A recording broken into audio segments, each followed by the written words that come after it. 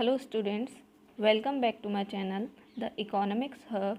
So students, आज हम discuss करेंगे chapter 3 of class 12th macro economics that is national income and related aggregates. इससे पहले के जो फर्स्ट और सेकंड चैप्टर हैं वो हम ऑलरेडी डिस्कस कर चुके हैं। इस चैप्टर में हम क्या डिस्कस करने वाले हैं कि हमारी जो नेशनल इनकम है उसको हम कैसे कंप्यूट कर सकते हैं, क्या होती है नेशनल इनकम और इससे रिलेटेड कौन कौन से कंपोनेंट्स होते हैं जो कि नेशनल इनकम की कैलकुलेशन में हेल्पफुल होते हैं। स्टूडेंट्स, इस चैप्टर को थोड़ा सा ध्यान से पढ़िएगा क्योंकि ये चैप्टर आपका क्या है, बहुत इम्पॉर्टेंट है, क्योंकि एग्ज़ाम में इससे रिलेटेड क्वेश्चंस आते हैं। नेशनल इनकम की कैलकुलेशन का एक जो क्वेश्चन है वो आता ही आता है। उसके अलावा ये थोड़ा सा ट्रिकी भी होता है, तो स्टूडेंट्स इसको समझ नहीं पाते हैं ईजिली, तो इसलिए आपको बहुत ज़रूरी है इस चैप्टर को अच्छे से समझना। तो आइए स्टार्ट करते हैं हमारा जो चैप्टर है। तो सबसे पहले इसका जो फर्स्ट जो कंसेप्ट निकलता है या जो फर्स्ट टॉपिक है वो है हमारा नेशनल इनकम, यानी हमें नेशनल इनकम का मीनिंग समझना है यहाँ पे। स्टूडेंट्स, नॉर्मली नेशनल इनकम क्या है, टू वर्ड्स का कॉम्बिनेशन है। First one is national and second one is income. अगर हम नॉर्मल पॉइंट ऑफ व्यू से बोलें तो नेशनल इनकम क्या हो गई, किसी भी नेशन की या किसी भी कंट्री की जो टोटल इनकम होती है पूरे साल की, उसको हम बोल सकते हैं नेशनल इनकम। ये बहुत सिंपल सा मीनिंग हो गया। अब हम ज़रा इकोनॉमिक्स के पॉइंट ऑफ व्यू से जो मीनिंग है हमारा प्रॉपर वो डिस्कस करते हैं। नेशनल इनकम क्या है? National income is the sum total of factor income earned by normal residents of a country during the period of an accounting year. It means national income क्या है कि एक accounting year में जितनी भी factor income हो रही है किसी भी कंट्री के नॉर्मल रेजिडेंट्स की, उसका जो टोटल है वो हमारा कहलाता है क्या? National income. एक बार दोबारा देख लेते हैं कि एक अकाउंटिंग ईयर में, यानी एक पूरे साल में किसी भी कंट्री की जितनी भी फैक्टर इनकम हो रही है उसके नॉर्मल रेजिडेंट्स के द्वारा उसका जो टोटल है that is known as national income. ठीक है, तो अगर हम इस डेफिनेशन को ध्यान से देखें तो यहाँ पे हमें दो चीज़ें हैं जो बहुत हाईलाइटेड करके दिखाई हुई हैं जो बहुत इंपॉर्टेंट हैं। फर्स्ट वन इज़ कि नेशनल इनकम में हम क्या कर सकते हैं, ओनली फैक्टर इनकम को इंक्लूड करते हैं। सेकंड चीज़ हमने इसमें क्या देखी कि नेशनल इनकम किन लोगों की इनकम होती है? नॉर्मल रेजिडेंट्स की, यानी किसी भी कंट्री के जो नॉर्मल रेजिडेंट्स होते हैं। तो अभी हमें ये समझना है कि फैक्टर इनकम क्या होती है और नॉर्मल रेजिडेंट्स कौन होते हैं। तो अब ये चीज़ें हम आगे डिस्कस करते हैं। फैक्टर इनकम देखते हैं। सबसे पहले हम फैक्टर इनकम क्या है, तो फैक्टर इनकम को समझने से पहले आपको जो हमने सेकंड चैप्टर में पढ़ा था उसको थोड़ा सा रिवाइज करना पड़ेगा। स्टूडेंट्स, मैंने सबसे पहले आपको बताया था सेकंड चैप्टर में कि कुछ फैक्टर्स ऑफ प्रोडक्शन होते हैं। फैक्टर्स ऑफ प्रोडक्शन यानी वो सारी चीज़ें होती हैं जिनसे हम क्या करते हैं, हम यानी प्रोड्यूसर क्या करते हैं, प्रोडक्शन करते हैं। ठीक है, अब वो फैक्टर्स ऑफ प्रोडक्शन कौन से थे? देखो, लैंड था, लेबर थी, ठीक है, कैपिटल थी और हमारा क्या था, एंटरप्रेन्योरशिप थी। तो ये सारी चीज़ें किसी भी प्रोड्यूसर को हेल्प करती हैं किस में, प्रोडक्शन में। तो ये सारी जो चीज़ें मैंने अभी लिखी या बताई ये हमारी कहलाती हैं फैक्टर ऑफ प्रोडक्शन। तो जब, और मैंने ये भी बताया था कि फैक्टर ऑफ प्रोडक्शन के ओनर्स कौन से होते हैं, हाउस होल्ड होते हैं। तो जब ये house hold in factors of production को प्रोड्यूसर को प्रोवाइड कराते हैं तो प्रोड्यूसर बदले में उनको क्या देता है, हमने पढ़ा था सेकंड चैप्टर में कि प्रोड्यूसर बदले में उनको मनी देता है। तो वो जो मनी है वो कहलाता है इनकम। ठीक है, अब वो इनकम किसके लिए मिल रही है, फैक्टर ऑफ प्रोडक्शन के बदले में मिल रही है। तो इसीलिए उस इनकम को क्या बोलते हैं हम, फैक्टर इनकम बोलते हैं। ठीक है, तो ये थोड़ा सा रिवीजन वाला काम हो गया, वहाँ से आपको थोड़ा बहुत इसका मीनिंग जो है क्लियर हो गया होगा। आप जरा ढंग से मीनिंग देख लेते हैं। फैक्टर इनकम क्या है? Factor income are the payments made by the producing units to the household owner of the factors of production for the use of their factor services। यानी फैक्टर इनकम क्या होती है? Factor income वो सारे payments होते हैं जो कि कौन करता है, कोई भी प्रोड्यूसिंग यूनिट या प्रोड्यूसर करता है। किसको करता है? हाउस होल्ड्स को। ठीक है, जो कि ओनर्स होते हैं फैक्टर्स ऑफ प्रोडक्शन के। क्यों करता है? क्योंकि वो जो हाउस होल्ड्स हैं वो क्या कर रहे हैं, बदले में उन्हें फैक्टर्स ऑफ प्रोडक्शन प्रोवाइड करा रहे हैं। तो सिंपली क्या होती है फैक्टर इनकम कि जो हाउस होल्ड्स हैं वो जो फैक्टर्स ऑफ प्रोडक्शन प्रोवाइड कराते हैं उसके बदले में प्रोड्यूसर जो उनको पैसा देता है, मनी देता है, उसको हम बोलते हैं क्या, फैक्टर इनकम। यानी लैंड के बदले में हमें क्या मिलेगा, रेंट मिलेगा, ठीक है। लेबर वगैरह हम काम करेंगे तो क्या मिलेगा, हमें सैलरी या वेजेस मिलेंगे। कैपिटल के बदले में इंटरेस्ट मिलेगा, एंटरप्रेन्योरशिप के बदले में प्रॉफिट। तो ये एक तरीके से क्या हो गई, हमारी इनकम हो गई। तो ये इनकम कौन सी इनकम कहलाती है, फैक्टर इनकम कहलाती है, ठीक है। अब नेक्स्ट हम देखते हैं कि फैक्टर इनकम में कौन कौन सी चीज़ें आती हैं, क्योंकि फैक्टर इनकम यानी इनकम जो है वो कई तरीके से होती है। हमेशा लोगों को एक ही तरीके से इनकम नहीं होती, बहुत तरीके होते हैं जिससे लोग पैसा कमाते हैं। तो फैक्टर इनकम के कौन कौन से तरीके हैं या कौन कौन सी क्लासिफिकेशंस हैं वो देख लेते हैं। तो फर्स्ट ऑफ ऑल सबसे पहला है हमारा कंपनसेशन ऑफ एम्प्लॉयज़। यानी इसमें क्या आ जाएगा कि जो हमारे हाउस होल्ड्स होते हैं वो जो भी सर्विसेज प्रोवाइड कराते हैं अपना एम्प्लॉय की तरह, ठीक है। जैसे काम करके जो भी सर्विसेज प्रोवाइड कराते हैं तो उसके बदले में जो भी मिलता है उसको हम बोलते हैं कंपनसेशन ऑफ एम्प्लॉय, जिसमें हमारा क्या आ जाता है, सैलरी, वेजेस, बोनस। यानी सिंपली आप सैलरी, वेजेस, बोनस या जो भी एक एम्प्लॉयर एम्प्लॉय को प्रोवाइड कराता है मनी की फॉर्म में, उसको आप बोल सकते हो कंपनसेशन ऑफ एम्प्लॉय। तो ये आ जाता है फैक्टर इनकम में सबसे पहले। फिर दूसरा आ जाता है रेंट, ठीक है। रेंट कैसे मिलता है कि जब कोई भी हाउस होल्ड अपनी ज़मीन, अपनी लैंड जो है किसी भी प्रोड्यूसर को देगा तो प्रोड्यूसर उसको बदले में क्या देगा, रेंट देगा, ठीक है। जब भी आप अपनी ज़मीन देते हो तो बदले में आपको क्या मिलता है, किराया मिलता है। तो ये आ जाएगा फैक्टर इनकम में। फिर तीसरा है हमारा इंटरेस्ट। जब भी आप क्या करोगे, कोई भी कैपिटल इन्वेस्ट करोगे, ठीक है, तो आपको बदले में क्या मिलेगा, इंटरेस्ट मिलेगा। तो ये भी एक तरीका हो गया इनकम का। और फिर है प्रॉफिट। यानी आप जब किसी प्रोड्यूसर को अपनी एंटरप्रेन्योरियल सर्विसेज प्रोवाइड कराओगे तो वो बदले में आपको क्या देगा, प्रॉफिट देगा। तो ये भी हमारा क्या हो गया, एक इनकम का पार्ट हो गया। तो फैक्टर इनकम में हमने क्या देखा, 4 चीज़ें आ गई हमारी। कंपनसेशन ऑफ एम्प्लॉय जिसमें हमारी सैलरी, मेनली सैलरी, वेजेस वगैरह आ गए। फिर हमारा क्या आ गया, रेंट आ गया। फिर हमारा क्या आ गया, इंटरेस्ट आ गया।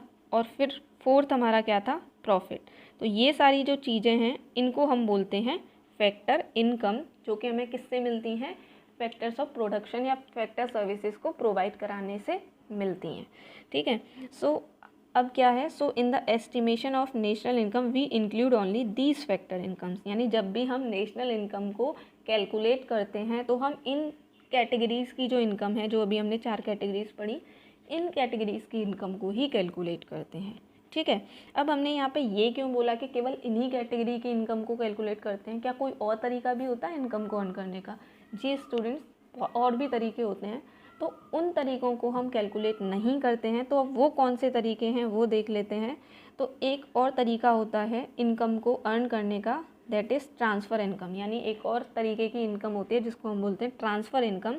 तो ट्रांसफ़र इनकम को हम नेशनल इनकम के कैलकुलेशन में कैलकुलेट नहीं करते हैं।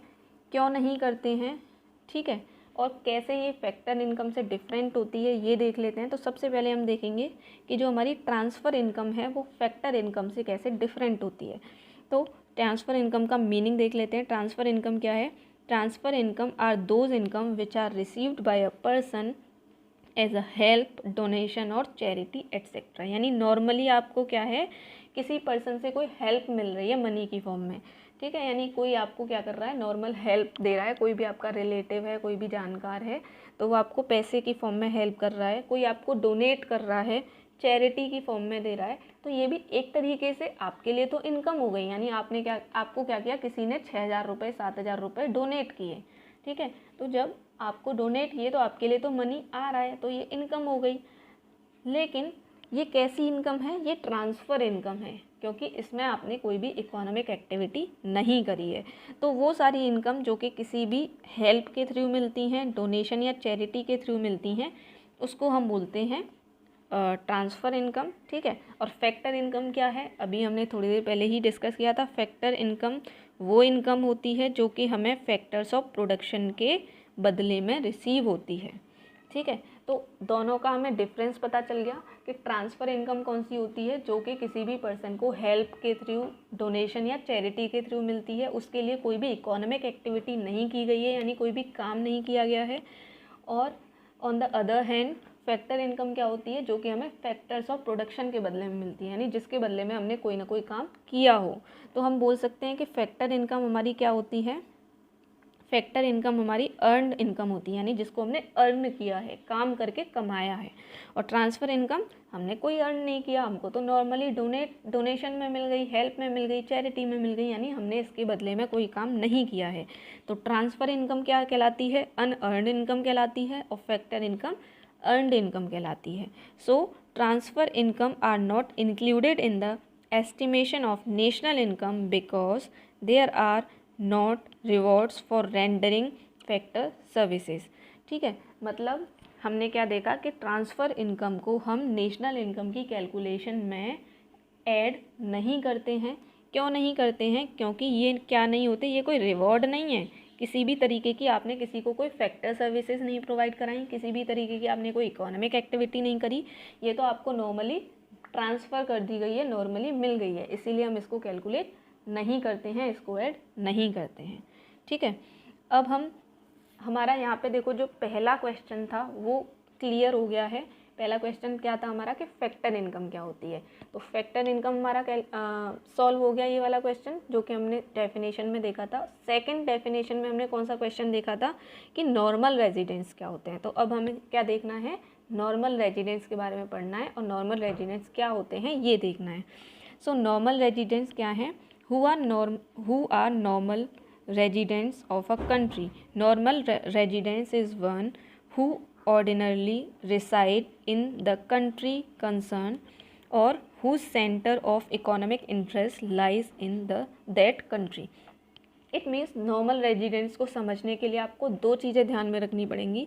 पहली क्या कि नॉर्मल रेजिडेंस वो पर्सन कहलाता है जो कि नॉर्मली किसी भी कंट्री में क्या करता है, रिसाइड करता है, यानी किसी भी कंट्री में रहता है। जिस भी कंट्री की हम नेशनल इनकम कैलकुलेट करते हैं, अगर उस कंट्री में कोई भी पर्सन नॉर्मली रह रहा है, रिसाइड कर रहा है, तो वो नॉर्मल रेजिडेंस में आ जाएगा। ठीक है, अब दूसरा क्या कि उसका इकोनॉमिक इंटरेस्ट है वहाँ पर, यानी वो कोई ना कोई इकोनॉमिक एक्टिविटी कर रहा है। ठीक है, तो दो चीज़ें हमने देख ली। नॉर्मल रेजिडेंट्स कौन होते हैं, जो नॉर्मली किसी कंट्री में रहते हैं, नॉर्मली रिसाइड करते हैं, और दूसरा कि उनका इकोनॉमिक इंटरेस्ट होता है, यानी वो उस कंट्री में इकोनॉमिक एक्टिविटीज़ करते हैं। तो ये दो चीज़ें ध्यान में रखना आप। अब आगे और अच्छे से देखते हैं क्या है। A person residing in a country for a period of 1 year or more is taken as ordinarily residing in that country। That person may or may not be citizen of that country।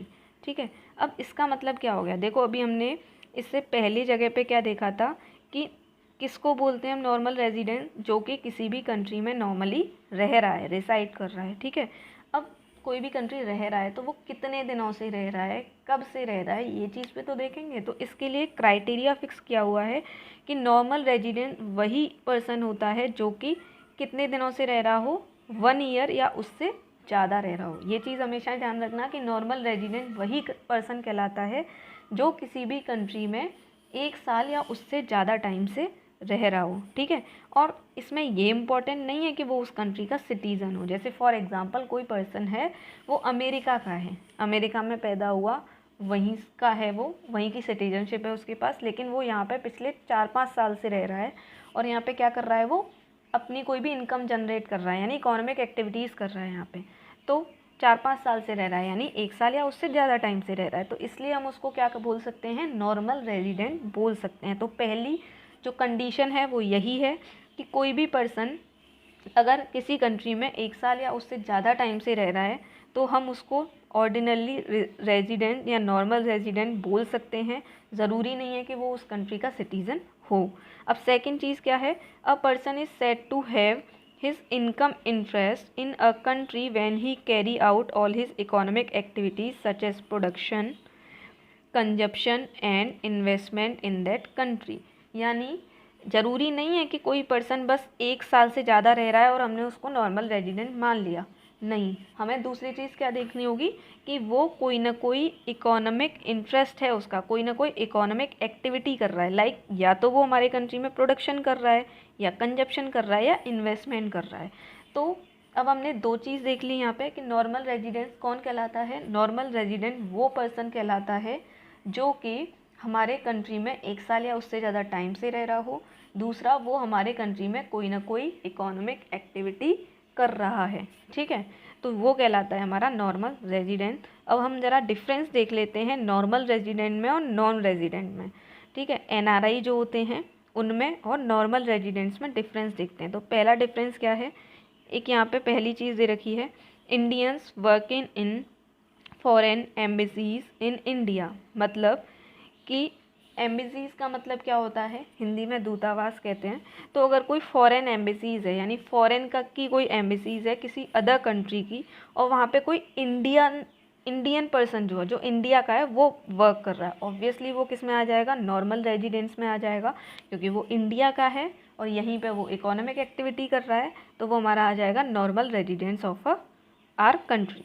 अब इसमें non residence में कौन आएगा, foreigner working in Indian embassies in Canada and Japan. It means कि कोई जो मतलब किसी अदर कंट्री की भी एम्बेसीज होती हैं, तो हमारे कंट्री की भी होंगी। तो मान लो हमारी इंडिया की एक एम्बेसीज है जो या तो कनाडा या जापान में है, वहाँ पे कोई फॉरेनर यानी वहीं का कोई पर्सन काम कर रहा है, तो वो किस में आ जाएगा, नॉन रेजिडेंट्स ऑफ इंडिया में आ जाएगा। भले ही वो इंडिया के ऑफिस में काम कर रहा है, लेकिन किसी अदर कंट्री में काम कर रहा है और उसका इकोनॉमिक इंटरेस्ट भी अदर कंट्री से बिलोंग करता है, इसीलिए वो किस में आ जाएगा, नॉन रेजिडेंट ऑफ इंडिया में आ जाएगा। अब सेकंड देख लेते हैं हम, Indians working in World Health Organization located in India. यानी कोई इंडियन पर्सन है, इंडिया का है, और WHO का जो ऑफिस है इंडिया में, उसमें वो काम कर रहा है, तो भी वो किस में आ जाएगा, नॉर्मल रेजिडेंस में आ जाएगा, ठीक है। यहाँ पे शॉर्ट फॉर्म में लिख देते हैं NR और ये NRI, नॉन रेजिडेंट्स, ठीक है, तो ये नॉर्मल रेजिडेंट में आ जाएगा। अब यहाँ पे हम सेकंड देख लेते हैं, foreigners working in World Health Organization located in India. यानी हमारी इंडिया में जो WHO, जो अभी हमने यहाँ पे बात करी इस पॉइंट में, तो उस WHO के ऑफिस में अगर कोई फॉरेनर वर्क कर रहा है, तो वो किस में आ जाएगा, वो NRI में आ जाएगा, ठीक है। थर्ड है, local peoples working in the office of International Monetary Fund in India. यानी हमारे इंडिया के ही जो पीपल्स हैं, वो IMF की इंटरनेशनल मॉनेटरी फंड के किसी भी इंडिया की ब्रांच में काम कर रहे हैं, तो वो किस में आ जाएंगे, नॉर्मल रेजिडेंट में आ जाएंगे। अब थर्ड क्या है इधर, the German working as director of office of International Monetary Fund located in India. यानी कोई जर्मन पर्सन है, वो उस ऑफिस में एक डायरेक्टर की तरह काम कर रहा है, तो वो किस में आ जाएगा, नॉन रेजिडेंट ऑफ इंडिया में आ जाएगा, ठीक है। अब फोर्थ क्या है, the foreign citizen living in India for a period of more than 1 year other than those for studies and medical treatment. तो यहाँ पे क्या है कि नॉर्मल रेजिडेंट वही पर्सन कहलाएगा जो कि हमारे कंट्री में पिछले 1 साल या उससे ज़्यादा से रह रहा हो, ठीक है। लेकिन उस पर्सन को हम नॉर्मल रेजिडेंट नहीं कहेंगे जो कि यहाँ पढ़ने या मेडिकल ट्रीटमेंट के लिए आया है, या फिर किसी और नॉर्मल घूमने के लिए आया है, कोई रिसर्च के लिए आया, उसको हम नहीं बोलेंगे। अब उसको क्यों नहीं बोलेंगे, क्योंकि हमने सेकंड कंडीशन क्या पढ़ी थी कि नॉर्मल रेजिडेंट वही पर्सन कहलाता है जो कोई ना कोई इकोनॉमिक एक्टिविटी कर रहा हो। अब स्टडीज़ कोई इकोनॉमिक एक्टिविटी में आएंगी नहीं, मेडिकल ट्रीटमेंट लेने आया तो भी इकोनॉमिक एक्टिविटी में नहीं आएगा, तो इसीलिए हम उसको नहीं रखेंगे। बाकी जितने भी लोग हैं जो 1 साल से ज़्यादा से रह रहे हैं और यहाँ पे कोई इकोनॉमिक एक्टिविटी कर रहे हैं, वो नॉन रेजिडेंट में आ जाएंगे, ठीक है। अब यहाँ पे क्या है, the foreign technical expert living in India for a period of less than 1 year. मतलब कोई पर्सन है टेक्निकल एक्सपर्ट, वो इंडिया में रह रहा है, काम कर रहा है, लेकिन उसको भी 1 साल नहीं हुआ, 1 ईयर से कम हुआ है, तो वो किस में आ जाएगा, नॉन रेजिडेंट ऑफ इंडिया में आ जाएगा। तो मेन चीज़ें हमें यही याद रखनी है कि 1 साल या उससे ज़्यादा रह रहा हो और कोई ना कोई इकोनॉमिक एक्टिविटी कर रहा हो, तो वो पर्सन हमारा आ जाएगा नॉर्मल रेजिडेंट ऑफ इंडिया में, ठीक है। तो आज के लिए इतना ही। आई होप आपको ये लेक्चर समझ आ गया होगा। तो अब हम मिलेंगे हमारी अगली वीडियो में, तब तक के लिए thank you, good bye, keep learning, keep growing, thank you.